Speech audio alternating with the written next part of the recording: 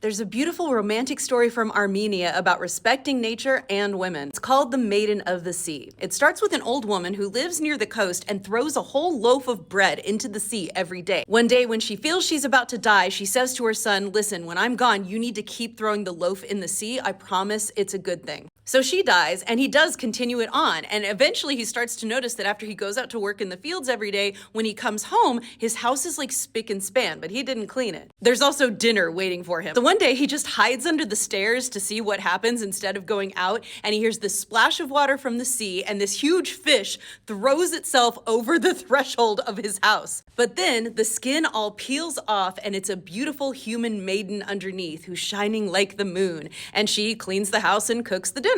Now, magical fairy women do this in folklore a lot. Magically come out and clean and cook. Part of it seems to be adhering to stereotypes like women be cleaning and cooking, what else they gonna do? But it also is their role in most of these societies. Their domestic labor is the thing that they contribute. And in this one, what's cool is there really does seem to be a reason. It's because of this offering that he is making every day. Like she wants to give something back. So anyway, he approaches her and she cries out at first when she gets caught, but then she hears the voice of her mother from the sea saying, "Be not afraid, daughter. This is my son-in-law," saying, "This is the man who was meant for you. This is what I wanted to happen." And the story says, by the will of God and the permission of the mother, the maiden became the bride of the lad. They call a priest, he performs the official ceremony, and they have a wedding and live happily together. But it's not over. One day, a traveling prince walks by their cottage, sees her through the window, and decides, "I want her. I'm going to destroy her husband and take her for my own."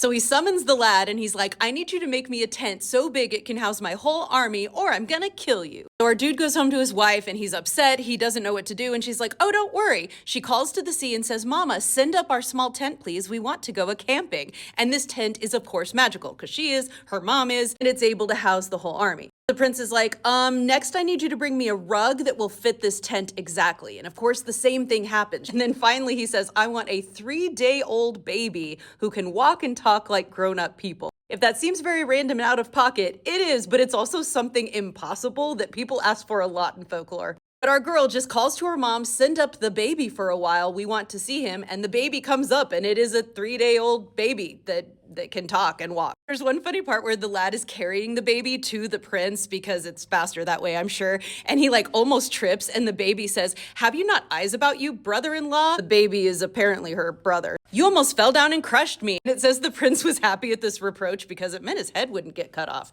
And it doesn't. In fact, once he presents the baby to the baby walks up to the prince and boxes him on the ears and says, "Are you not ashamed to give so much trouble to my brother-in-law? You want to kill him and marry my sister, do you? For shame, for shame." Thereupon the prince gave up his evil intention. He got shamed by that baby into changing his ways, even asked for forgiveness, and they forgave him. The lad and his bride were left unmolested by the sea and are still living there happily today. I love so much about this story, from the reverence for nature being something that comes back to you, and it really does have this kind of general respect for women you don't always see in folklore. Not just that she needs to be protected from this man, but it's her magical mother who provides everything, and we're never even really told what she is. Perhaps she's some kind of deity. And the daughter getting the stuff from her mother is what saves our dude's butt. The women save everything. Except for the baby, which actually we're never given the gender of the baby. It could be a girl too, or maybe it doesn't matter. It's just that it comes from them,